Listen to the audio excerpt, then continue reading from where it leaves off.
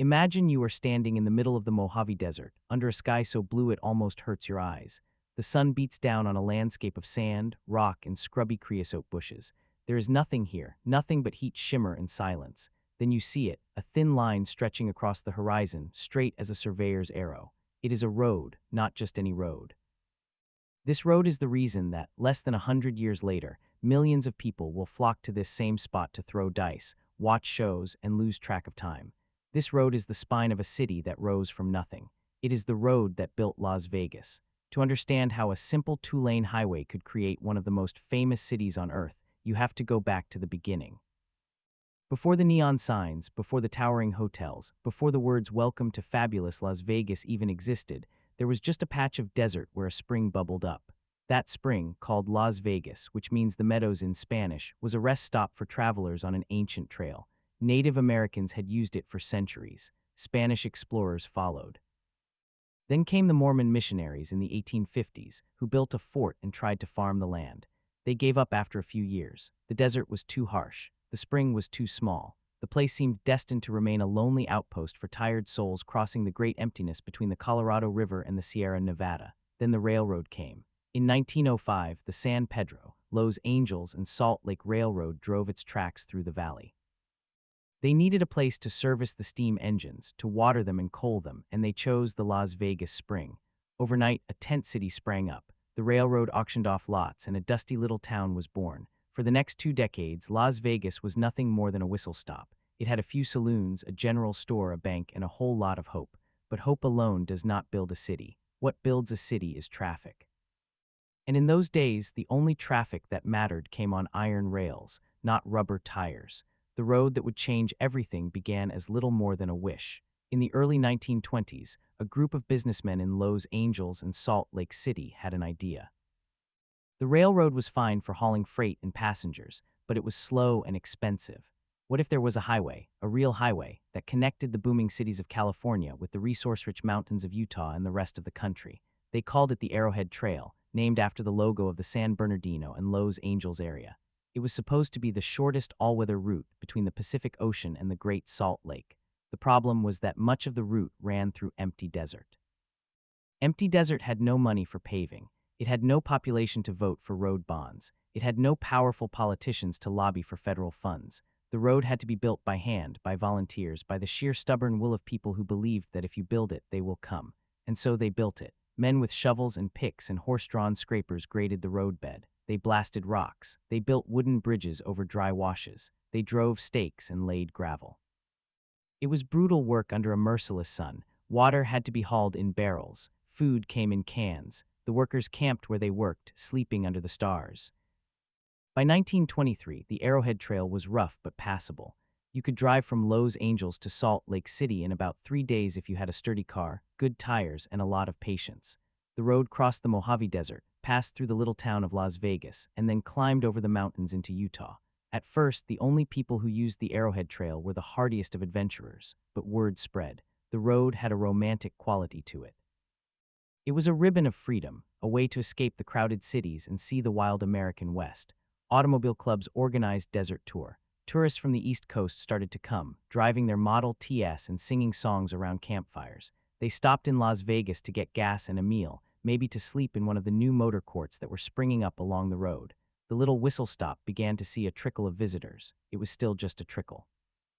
But even a trickle over time can wear away a stone. Then something happened that changed everything. In 1931, the state of Nevada legalized gambling. At the time, it was not a big deal. Other states had legal gambling too for a while. But what made Nevada different was that the state did not just tolerate gambling, it embraced it. The law allowed casinos to operate openly, with no pretense of being private clubs or charitable organizations. And because Nevada was a small, isolated state, desperate for revenue during the Great Depression, the state government kept taxes low and regulations loose. The road that led into Nevada suddenly took on a new purpose. It was not just a route to somewhere else. It was a route to a place where you could play the slot machines, bet on horse races, and try your luck at the card tables without worrying about the police. The Arrowhead Trail, which by now had been incorporated into the federal highway system as U.S. Route 91, became a highway of hope for people looking for a break from the hard times. They came from California, where the Depression hit hard. They came from Utah, where the dominant religion frowned on gambling, but where people still had the itch. They came from Arizona and Colorado, and even from back east, driving their old jalopies along the two-lane road that cut through the desert. They arrived in Las Vegas tired, dusty, and ready for a little fun. And the town was ready for them. At first, the action was concentrated downtown, along Fremont Street, where the railroad had laid out the original town site. The first casinos were modest affairs, often just big rooms in the back of bars or hotels, but they had names that promised excitement: the Boulder Club, the Apache, the Golden Nugget, and they had something else that was crucial: they had all-night hours. On US Route 91, if you were driving through the desert at 2 in the morning and you saw the glow of a neon sign, you pulled in. You might just stop for a cup of coffee and a hamburger, but while you were there, you might drop a nickel in a slot machine, or you might wander over to the blackjack table. A short stop could last a long time. The road itself began to change. More gas stations appeared, and more auto courts with small bungalows where you could rent a bed for the night. Roadside cafes served pie and coffee and chili dogs. The signs got bigger and brighter. The first true resort hotel on the highway was the El Rancho Vegas, which opened in 1941 on the southern edge of town, right on US Route 91. It was the first of what would become known as the Strip. The El Rancho was nothing like the slick mega-resorts of today. It was a ranch-style complex with a pool, a dining room, a casino, and a row of modest guest cabins. But it was a revelation. It proved that tourists would not just drive through Las Vegas. They would stay, they would spend money. And the road was the reason. Think about the geometry of it. US Route 91 did not just pass through Las Vegas. It ran right along the edge of the city, and as the city grew, the road became its main street. The highway was the lifeline. Every tourist who came to Las Vegas arrived on that road. Every shipment of liquor, every roll of carpet, every slot machine, every box of oranges for the coffee shop came down that pavement. The road was not just a channel, it was a generator. It attracted development the way a river attracts settlements. During World War II, the road took a back seat to the war effort. Tires were rationed, gas was rationed, but the Las Vegas Army Air Base nearby brought servicemen and women who knew just what they wanted when they got a few days of leave. They rode the buses down the highway into town, and they filled the casinos and the dance halls. The road was still there, waiting for better days. Those better days came with the end of the war. The United States was suddenly filled with people who had saved their money, who had learned to gamble on roulette wheels in Europe and blackjack in the Pacific, and who were ready for some fun. They had cars again, new cars, big cars, with powerful engines and air conditioning. And they had a highway, US Route 91, that could take them to Las Vegas from almost anywhere in the West. But the road itself was still just 2 lanes, narrow and winding in places, crossing the desert without guardrails or lights. Driving it at night was an adventure. You had to watch for jackrabbits and occasional stray cattle. The pavement was often hot and sticky in the summer, and in the rare rainstorms, flash floods could wash out entire sections. Yet people came. They came in droves. The road was their passage to paradise. The entrepreneurs who built the first great strip hotels understood the power of the road. They did not build downtown. They built out on the highway, on the flat desert land south of the city limits. Bugsy Siegel built the Flamingo in 1946, right on the road. The Flamingo was an oasis of pink and green, with a swimming pool shaped like a kidney, a lavish casino, and a showroom that brought in stars from Hollywood. Bugsy put the Flamingo right where the traffic was. He knew that every car that came down US Route 91 from California would see his sign. Every traveler who stopped for gas or a cold drink would see the lights. Mob money poured in after the war. The road became a pipeline for cash and for customers. The Desert Inn opened in 1950. The Sands, the Riviera, the Dunes, the Tropicana, the Stardust all rose along that highway. Each one tried to outdo the others with taller signs, bigger swimming pools, more elaborate shows. The road was no longer just a road. It was a stage. The Strip, as it came to be known, was America's most spectacular main street, and it existed only because someone, decades earlier, had the will to scratch a path through the desert. But let me be clear, the road that built Las Vegas was not just the Strip. It was the entire length of US Route 91 from the California border into the city. That approach, a long, straight, lonely stretch through the Mojave, was the prelude to the excitement. Drivers coming from Los Angeles would cross the state line and feel the shift. The speed limit changed, the laws changed, the smell of the air changed. It was a psychological threshold, and the road carried them across that threshold for miles, building anticipation. Consider the experience of those early travelers. They would leave Los Angeles or San Bernardino in the morning, climb over the Cajon Pass, and descend into the high desert. The road was straight, rolling through vast empty basins ringed by dry mountains. They would pass through little towns like Victorville and Barstow, then head east into the real desert. For hours, nothing. Just the hum of the tires, the heat waves rising from the pavement, the occasional Joshua tree. Then, as the afternoon wore on, they would see a faint glow on the horizon. First just a smudge, then a point of light, then a constellation. That was Las Vegas. The road led directly into the heart of the city, like a guided missile. By the 1950s, U.S. Route 91 was one of the most traveled highways in America.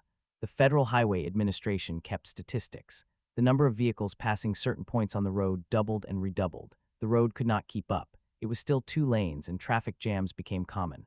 Cars lined up bumper to bumper, especially on weekends and holidays. Tourists sat in the heat, waiting to get into town, breathing exhaust fumes, listening to the radio. The road was congested, but that congestion was evidence of success. Las Vegas was a destination, not a stopover. The road also brought less welcome visitors. It brought people looking for work, for a fresh start, for a place to disappear. It brought criminals, hustlers, and dreamers. The motels and small casinos along the highway were often the scenes of card games gone wrong, of whispered deals, of quiet threats. The road was neutral ground. It did not judge. It just carried everyone to wherever they were going. In 1956, the interstate highway system was born. The federal government decided to build a network of high-speed, limited-access highways that would connect every major city. For Las Vegas, this meant that a new road, Interstate 15, would eventually replace U.S. Route 91. The interstate was wider, faster, and safer. It would bypass the downtown and run parallel to the Strip. The old road, the original 2-lane that had built the city, would become a local street, a relic. But the story of the road did not end with the interstate. The road that built Las Vegas had already done its work. It had transformed a desert watering hole into a global symbol of excess and entertainment. It had created a mythology. Every mile of that pavement was soaked with sweat and ambition.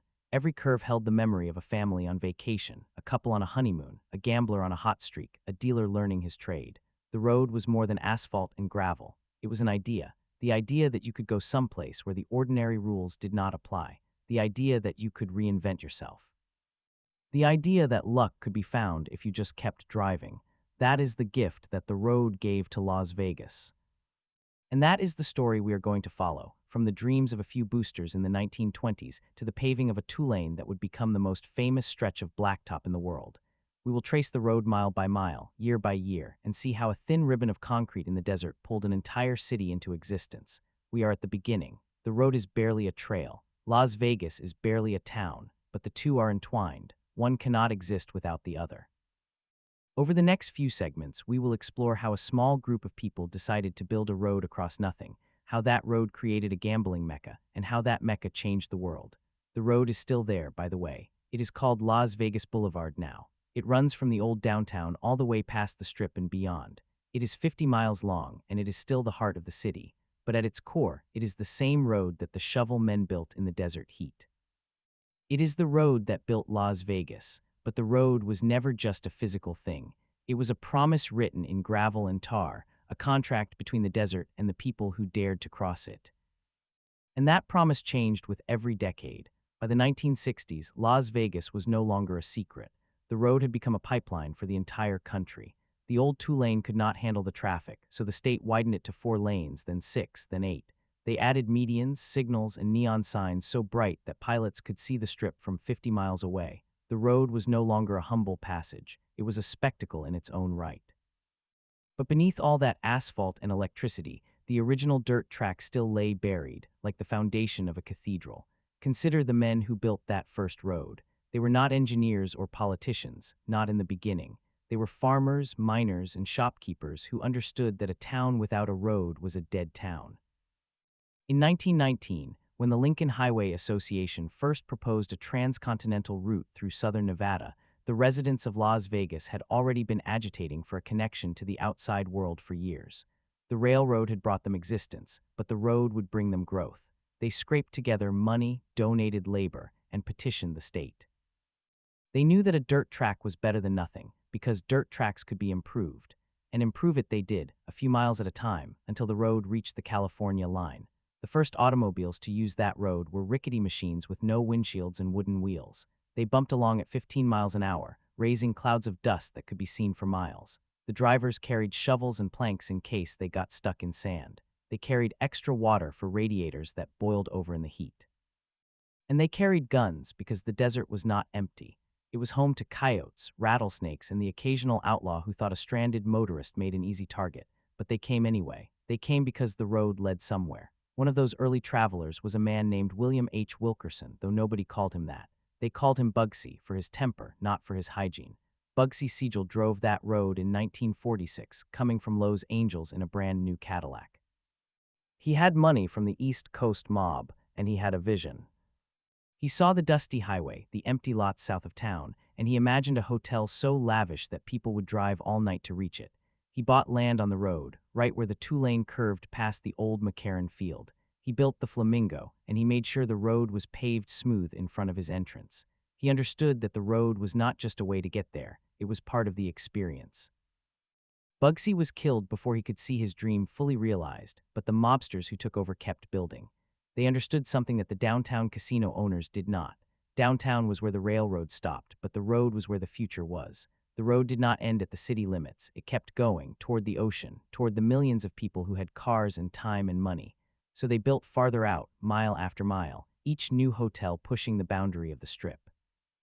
The road became a spine and the hotels were the ribs, but the road itself had a personality. It was not just a straight line. It dipped and rose with the desert terrain. Near the state line, it passed through a ghost town called Jean, which was nothing but a gas station and a bar. Farther north, it skirted the edge of the dry lake, a flat white basin where the heat shimmered like water. The road had landmarks that every regular traveler knew. There was the Red Hill at Sloan, the abandoned mining camp at Goodsprings, the lone gas station at Prim, where the price of gas was always a few cents cheaper than anywhere else.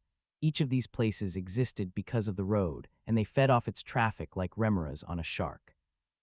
The people who worked those gas stations and diners saw everything. They saw families on vacation, fathers sweating in short sleeves, mothers fanning themselves with road maps, children crying in the back seat. They saw couples on honeymoon holding hands across the gearshift. They saw businessmen in suits, their briefcases full of cash. They saw gamblers who had lost everything, hitchhiking back home, their eyes hollow. The road did not discriminate. It accepted them all and delivered them to the neon oasis. By the late 1950s, the road was so busy that the state had to build bypasses around the small towns. The road no longer went through downtown. It skirted it, feeding directly into the strip. That was when the road truly became what we know today. The old downtown, with its train station and its modest hotels, became a secondary attraction. The main event was the strip, and the strip was the road. The road also brought trouble. In 1957, a man named Tony Spilatro, later known as Tony the Ant, drove that road from Chicago to Las Vegas. He was a young enforcer for the mob, and he came to collect debts and intimidate opponents. The road carried him into town, and the road carried him out again many times over many years. The road did not care. It was just a ribbon of concrete, indifferent to the blood that was spilled on its shoulders. But the road also brought heroes. In 1963, a schoolteacher named Louise Adams drove from Phoenix to Las Vegas with her husband and 3 children. The car was a station wagon with no air conditioning. They packed sandwiches and a gallon jug of water. They drove through the heat, singing songs to pass the time. When they finally saw the lights of the strip, the children screamed with joy. Louise later said that the road had become a part of their family story, a rite of passage.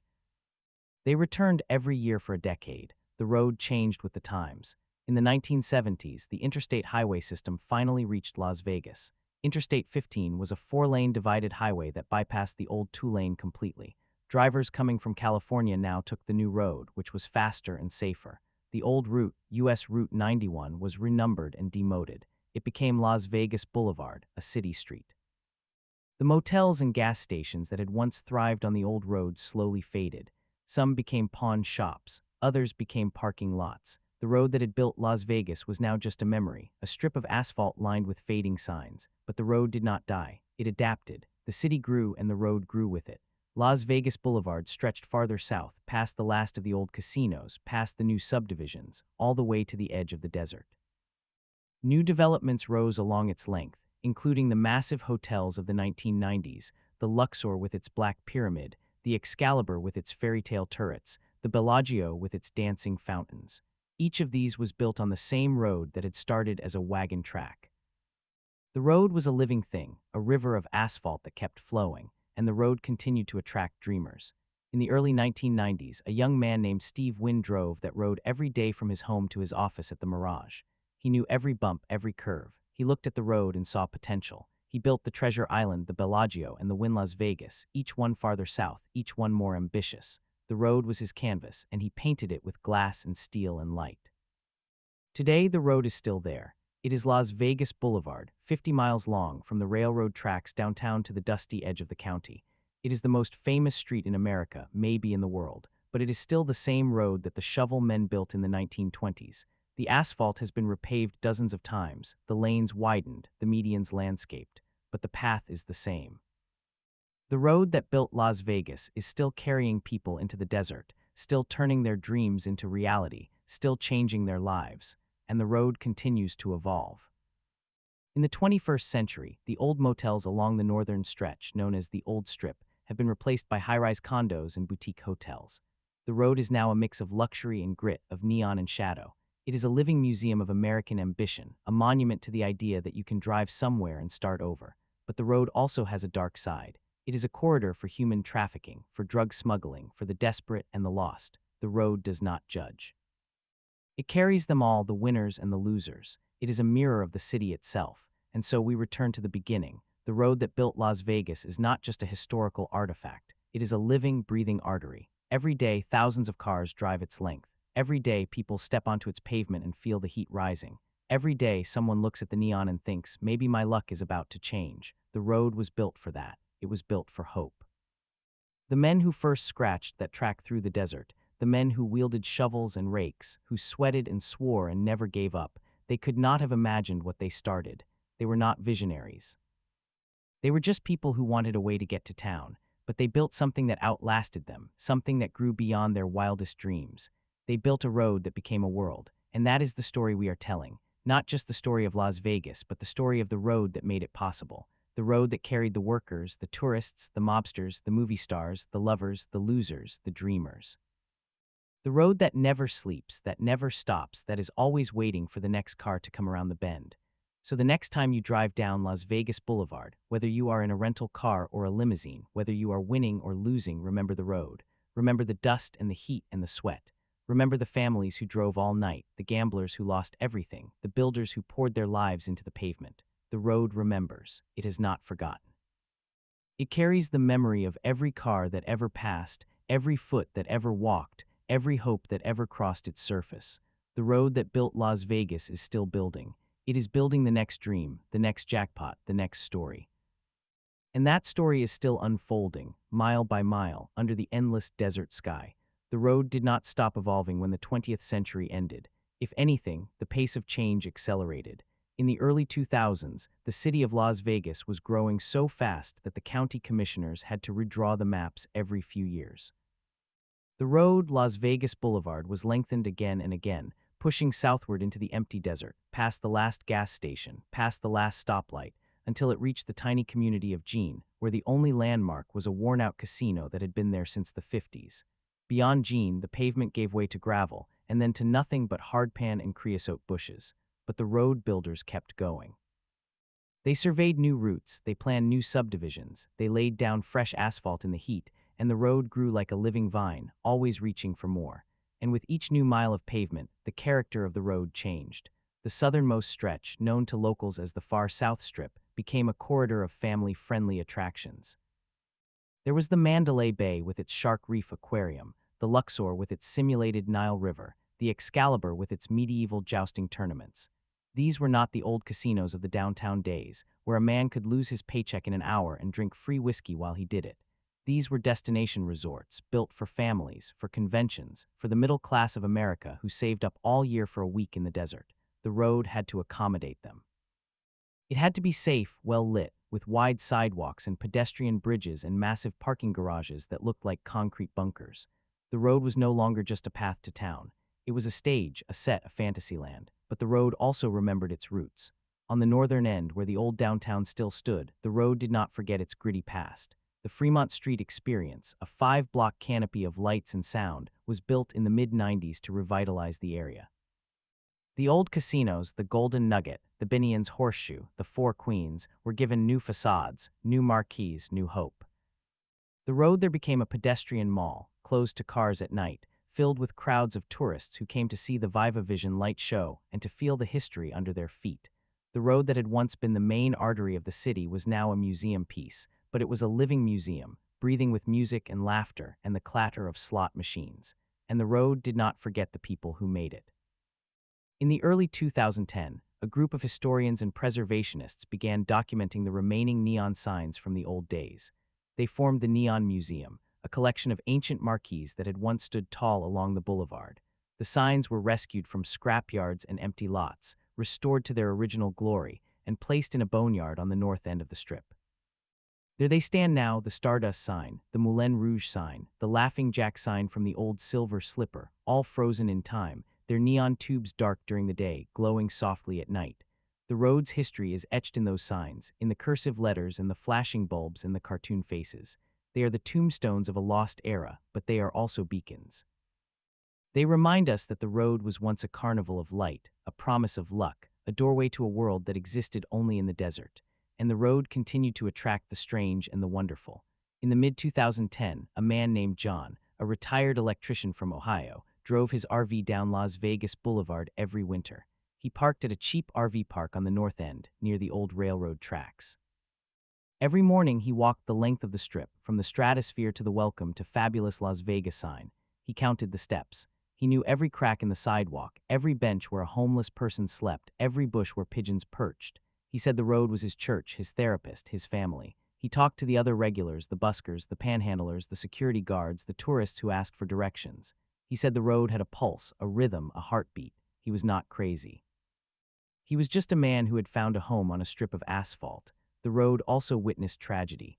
In October of 2017, the worst mass shooting in American history occurred at the Mandalay Bay Hotel, which sits right on Las Vegas Boulevard. The shooter fired from a 32nd floor window into a crowd of 22,000 people at an outdoor concert across the street. For hours, the road was a scene of chaos, of sirens, of stretchers, of blood. The road carried the wounded to hospitals, the police to the scene, the media to the story. And the road also carried the mourners, the thousands who came to lay flowers and light candles and stand in silence. The road did not forget that night. The pavement still bears the faint stains of grief, invisible to the eye, but present in the memory of everyone who was there. The road became a memorial, a place where strangers held each other and cried. And the road kept moving, kept flowing, because that is what roads do. They do not stop, they carry on. In the years that followed, the road underwent a transformation. The old mega resorts, the ones built in the 90s, began to age. The Mirage, which had once been the most innovative hotel on the Strip, was sold and rebranded. The volcano out front still erupted every hour, but the crowds were thinner. The Luxor's pyramid lost its luster. The road demanded renewal, and so new projects rose. The Resorts World, a massive Asian-themed resort, opened in 2021 on the site of the old Stardust. The Sahara, which had been closed for a decade, was renovated and reopened. The road was a constant cycle of death and rebirth, of demolition and construction, of old signs coming down and new signs going up. The road did not care about nostalgia. It cared only about the next dollar, the next guest, the next deal. And the road continued to shape the lives of those who lived nearby. In the neighborhoods that lined Las Vegas Boulevard, from the working-class homes of the north to the sprawling subdivisions of the south, the road was a boundary. It separated the haves from the have-nots. On one side, the gleaming towers of the Strip, with their fountains and their limousines and their VIP lounges. On the other side, the faded stucco houses, the pawn shops, the payday loan stores, the motels that rented by the hour. The road was a line of division, a physical manifestation of the gap between the dream and the reality, but the road also connected. It was the only place where the rich and the poor, the tourist and the local, the winner and the loser stood on the same concrete, walked the same sidewalk, breathed the same dry air. The road was a great equalizer, even if only for a moment, and the road brought the pandemic. In 2020, when the world shut down, Las Vegas Boulevard became a ghost town. The casinos closed, the lights went dark, the fountains stopped. The road was empty for the first time in 100 years. The silence was deafening. The only moving things were the tumbleweeds and the stray dogs and the police cars that patrolled the empty streets. The road felt like a scar, a long gray ribbon of nothing. The dream had died, or so it seemed, but the road did not give up. It waited. And when the casinos reopened slowly, cautiously, the road began to fill again. The tourists came back, not in the same numbers, but they came. The road was patient. It knew that the human desire for escape, for hope, for a chance to win was stronger than any virus. The road had survived the depression, the wars, the mob, the bomb. It would survive a pandemic. Today, in the mid-2020s, the road is still there. It is longer than ever, stretching 55 miles from the railroad tracks to the town of Prim, where the Nevada-California state line crosses. The road is now a complex system of interchanges, overpasses, and service roads. The traffic is worse than ever, especially on weekends, when the boulevard becomes a parking lot of idling cars and honking horns. The road is choked with ride-share vehicles and tour buses and stretch limousines. The police have installed cameras and speed traps and automated enforcement systems. The road is no longer a simple two-lane track. It is a modern highway, a thoroughfare, a logistical nightmare. But it is still the same road. It still carries the same dreams, and the road still produces heroes. In 2023, a young woman named Maria drove that road from El Paso, Texas, with her grandmother. They had saved money for 3 years to make the trip. Maria's grandmother had always wanted to see the fountains of the Bellagio. They drove for 12 hours straight, through the desert, through the heat. When they finally saw the "Welcome to Fabulous Las Vegas" sign, the grandmother cried. Maria cried too. They parked the car and walked the strip, hand in hand. The grandmother played the penny slots at the Excalibur and won $73. She said it was the happiest day of her life. They drove back the next morning on the same road. Maria later said that the road was a promise that your luck could change, that you could see something beautiful, that you could create a memory that would last forever. The road also brought the unexpected. In the same year, a man named David, a software engineer from Seattle, drove that road on a whim. He had quit his job, sold his apartment, and packed his car with nothing but a suitcase and a laptop. He drove to Las Vegas with no plan, no reservation, no idea what he would do. He checked into a cheap motel on the North End, the same motel where the shovel men once slept. He walked the strip every night, watching the lights, listening to the sounds. He started writing a novel about a road that built a city. He finished it in 6 months, living on savings and peanut butter sandwiches. His novel was published and became a bestseller. He said the road gave him the story. He said the road was his muse. And the road continues to attract the seekers, the wanderers, the lost. Every day someone pulls off the interstate and onto Las Vegas Boulevard, not sure why they came, not sure what they are looking for. They drive past the familiar landmarks, the Stratosphere Tower, the Sahara, the Wind, the Venetian. They see the Eiffel Tower half-scale and the canals and the Sphinx and the volcano. They see the spectacle, but if they look closely, they see the road itself. They see the cracks in the pavement, the faded lane markings, the worn curbs, the patches where new asphalt was laid over old. They see the history. They see the sweat of the shovel men, the tears of the gamblers, the laughter of the children. They see the road, and the road sees them back. It watches them as they walk, as they drive, as they stand at the crosswalk waiting for the light to change. The road feels their footsteps, their tires, their weight. The road holds their memories, their hopes, their disappointments. The road is a living archive, a record of every journey, every arrival, every departure. The road does not forget. So the next time you find yourself on Las Vegas Boulevard, whether it is your first time or your 100th, take a moment to look down. Look at the pavement beneath your feet. Think about the men who laid that pavement, the women who walked it, the children who played on it. Think about the cars that have passed, the dreams that have been born, the lives that have been changed. The road is not just a road, it is a story. And that story is still being written, 1 mile at a time, 1 car at a time, 1 heartbeat at a time.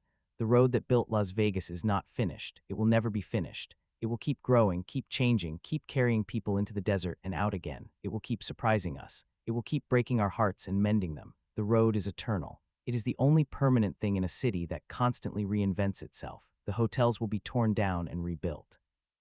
The signs will be replaced by bigger, brighter, more dazzling signs. The fortunes will rise and fall, but the road will remain. It will be there long after we are gone, waiting for the next dreamer to come around the bend. And that is the beauty of the road. It is indifferent. It does not care if you win or lose. It does not care if you are rich or poor. It does not care if you are a king or a pauper. It simply carries you. It carries you to your destination, and then it carries you back. The road is the great passage, the eternal path, the way forward and the way home. So let us raise a glass to the road, to the dust and the heat and the sweat, to the neon and the silence. to the endless desert sky. To the road that built Las Vegas, and to the road that will build the next city, the next dream, the next miracle. The road is waiting. It is always waiting, and it will always be there, ready to carry you to the place where your luck might change. And yet the road is not just a passive witness. It is an active participant in the lives of those who live along its path. Every day the road wakes up at dawn, when the first light hits the mountains and the neon signs flicker off one by one. The maintenance crews come out, the street sweepers, the pothole repair trucks. They are the unsung heroes of the road. They know every crack, every bump, every patch of worn asphalt. They have seen the road change over the years, and they have helped it change. One of those workers is a man named Carlos. He has been repairing the pavement on Las Vegas Boulevard for 30 years. He started when he was 19, fresh from Mexico, carrying a shovel and a dream. His father had been a shovel man on the road back in the 60s, during the mob era. Carlos grew up hearing stories about the old days, about the men who built the strip by hand. He never thought he would follow in his father's footsteps, but he did. He works the night shift now, when the traffic is light and the desert air is cool. He drives his truck along the road, stopping to fill the cracks with hot tar. He says the road is like a living thing, that it breathes and stretches and contracts with the heat and the cold. He knows the road better than anyone. He knows which stretches flood when it rains, which lanes wear out fastest, which intersections are the most dangerous. He has seen the road go from a 2-lane highway to a 6-lane thoroughfare. He has seen the casinos rise and fall. He has seen the tourists come and go, and he knows that no matter how much the road changes, it will always need him. The road needs the workers, the mechanics, the traffic engineers, the crossing guards, the tow truck drivers. The road needs all of them to keep moving, to keep carrying the dream. And the road has its own seasons, its own rhythms. In the winter, when the tourists flock to the desert to escape the cold elsewhere, the road is alive with holiday lights and Christmas decorations. The casinos compete to see who can put on the most extravagant display. The road becomes a tunnel of light, a river of color. In the spring, when the weather is perfect, the road is filled with convention goers, with business people in suits and name tags, with athletes and fans for the big fights and the basketball tournaments. The road hums with energy. In the summer, when the heat is oppressive, the road is quieter during the day, but it comes alive at night. The tourists walk the strip in shorts and sandals, carrying frozen drinks, seeking the air conditioning of the casinos. The road bakes in the 100-plus-degree temperatures, the asphalt softening under the relentless sun. It is a test of endurance for everyone, for the people, and for the road itself. And in the fall, when the weather cools and the crowds thin, the road takes a breath. It is a time for repairs, for repaving, for preparing for the next cycle. The road is always preparing, but the road is also a place of tragedy. Every year, accidents happen. Drivers fall asleep at the wheel. Pedestrians step into traffic without looking. Drunk drivers weave across lanes. The road is unforgiving. It does not discriminate. It has seen countless crashes, countless deaths. It has been stained with blood and tears, and yet the road does not mourn. It simply continues. The next day, the blood is washed away, the debris is cleared, and the road is open again. The tourists walk over the very spot where someone died, unaware, unthinking. The road absorbs everything. It does not judge. It does not remember. Or perhaps it does in its own way. Perhaps the road holds the memory of every life that ended on its surface. Perhaps the road is a silent cemetery, a vast graveyard of asphalt, but the road does not show it. It keeps moving, keeps carrying the living forward, because that is its purpose. And the road has its own heroes, not just the ones who build and repair it, but the ones who help others on it. Consider the story of a taxi driver named Jamal. He has been driving the strip for 20 years. He knows every shortcut, every traffic pattern, every hotel entrance. He has picked up honeymooners and divorcees, high rollers and broke gamblers, movie stars and politicians.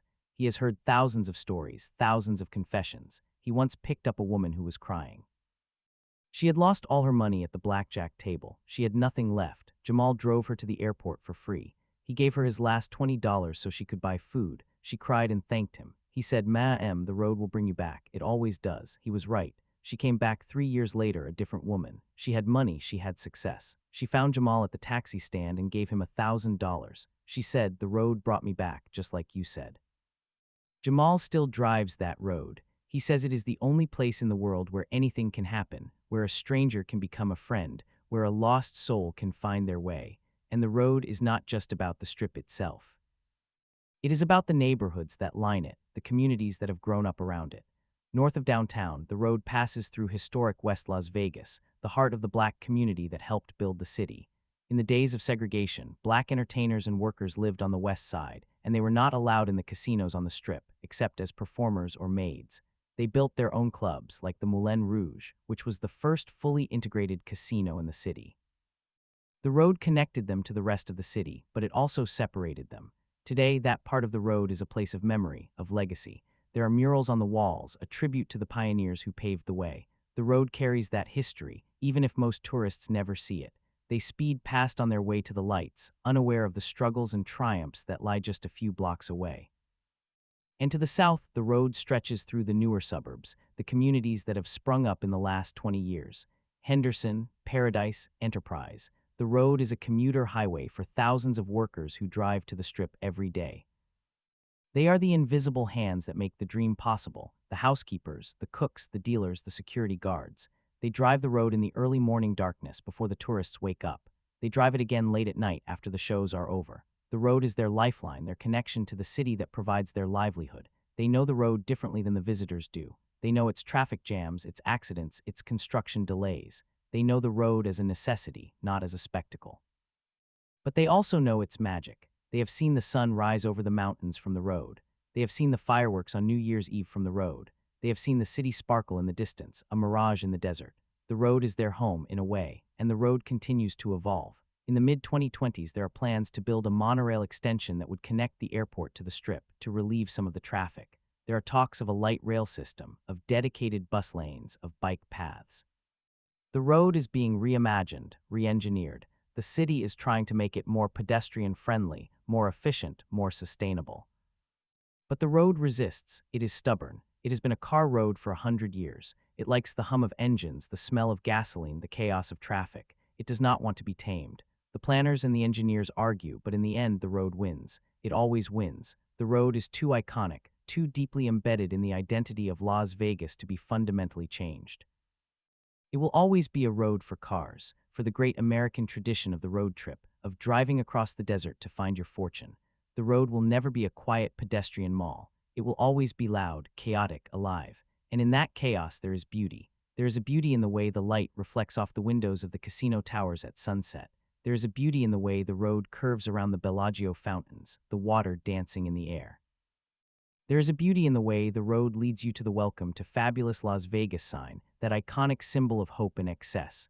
The road is a stage, and every day a new show begins. The actors are the tourists, the workers, the dreamers. The props are the hotels, the neon signs, the palm trees. The script is unwritten, improvised, spontaneous. And the road is the stage manager, ensuring that everything keeps moving, that the show goes on. But the road has a dark side too. It is a place of despair, of addiction, of homelessness. Behind the glittering facades, there are people who have lost everything on the road. They have gambled away their savings, their homes, their families. They have ended up on the sidewalks of the Strip, sleeping in doorways, begging for change. The road is their last stop, their final destination. It is a place of broken dreams. And yet, even in that despair, there is a glimmer of redemption. There are organizations that patrol the road, offering food, shelter, help. There are people who have been given a second chance, who have turned their lives around on this very road. The road is not just a place of loss, it is also a place of recovery. It is a place where you can hit rock bottom and then start climbing back up. It is a place where you can find a way out. The road has also seen the rise of the digital age. The casinos now have giant digital screens, displaying advertisements, sports scores, and art. The road is wired, connected, live streamed.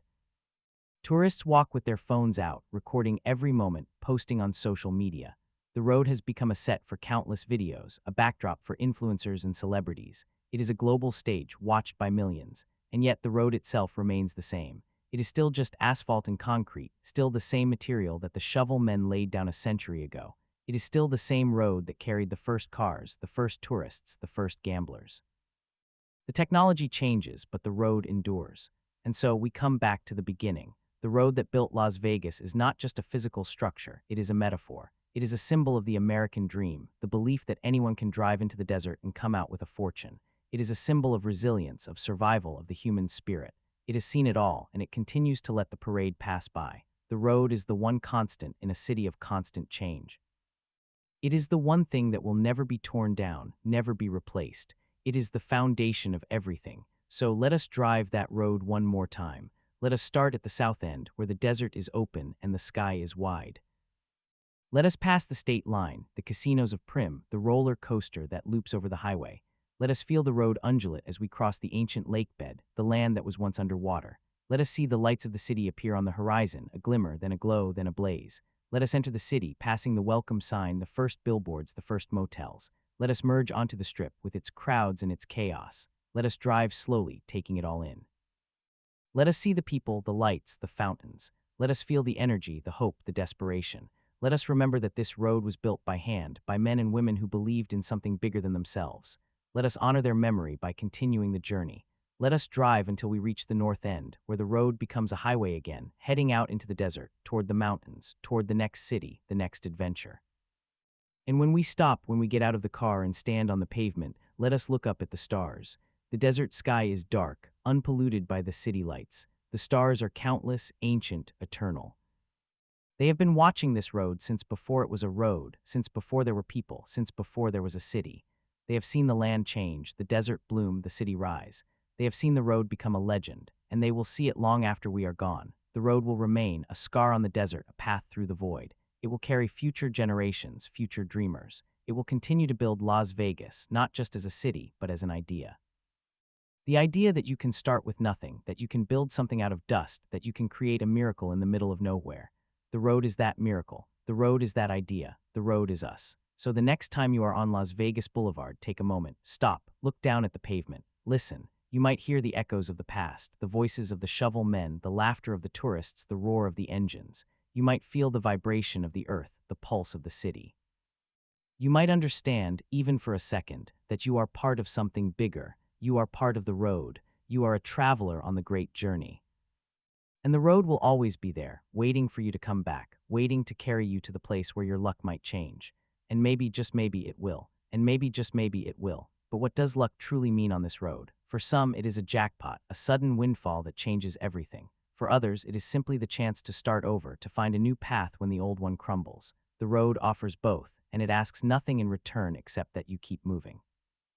It does not judge the gambler who loses everything, nor does it reward the one who wins. It simply waits, endless and patient, for the next traveler to arrive. There is a story they tell about an old man who used to walk the road every morning before the sun rose. He had been a pit boss at the Sands back in the 50s, when Frank Sinatra and the Rat Pack ruled the Strip. After the Sands was imploded to make way for the Venetian, he stayed in the city, but he never stepped inside a casino again. Instead, he walked.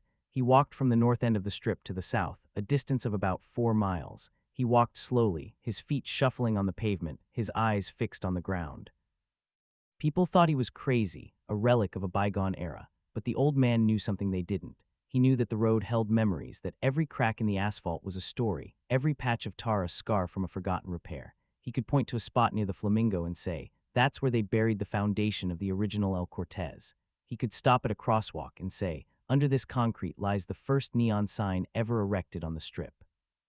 The road was his history book, his museum, his church. One morning, a young woman stopped him. She was a tourist, lost and looking for her hotel. She asked him for directions. He did not answer. Instead, he asked her why she had come to Las Vegas. She said she was running away from a bad marriage, that she had driven all the way from Ohio on a whim. The old man nodded. He told her, you're on the right road. The road will take care of you. She laughed, thinking he was just a crazy old man. But she followed his advice, checked into a motel off the Strip, found a job as a cocktail waitress, and eventually saved enough money to start a small business. She never gambled, but she counted herself lucky. She had found her footing on the road, just as the old man had. The road has heard a million such stories, each one a chapter in the endless novel of Las Vegas. It has heard the laughter of honeymooners, the cries of the heartbroken, the shouts of winners, the whispers of losers. It has absorbed them all, pressing them into the asphalt like fossils, and it will keep listening because the road is never silent. Even at 3 in the morning, when the crowd's thin and the neon hums, there is always someone walking, driving, or just standing on the shoulder, staring at the lights. The road is a living thing, a creature of sound and motion. It breathes with the city, its pulse the ebb and flow of traffic. So let the road hold you for a moment. Let it carry you through the night, past the casinos and the chapels, past the billboards and the palm trees. Let it take you to the edge of the city, where the pavement ends and the desert begins. There in the silence, you might hear the echoes of the shovel men, the first teamsters, the visionaries who dreamed of a road through the sand. You might feel the weight of history beneath your tires. and you might understand that this road is not just a road. It is a promise, a dream, a monument to the human desire to build something out of nothing. It is the road that built Las Vegas, and it will keep building long after we are gone.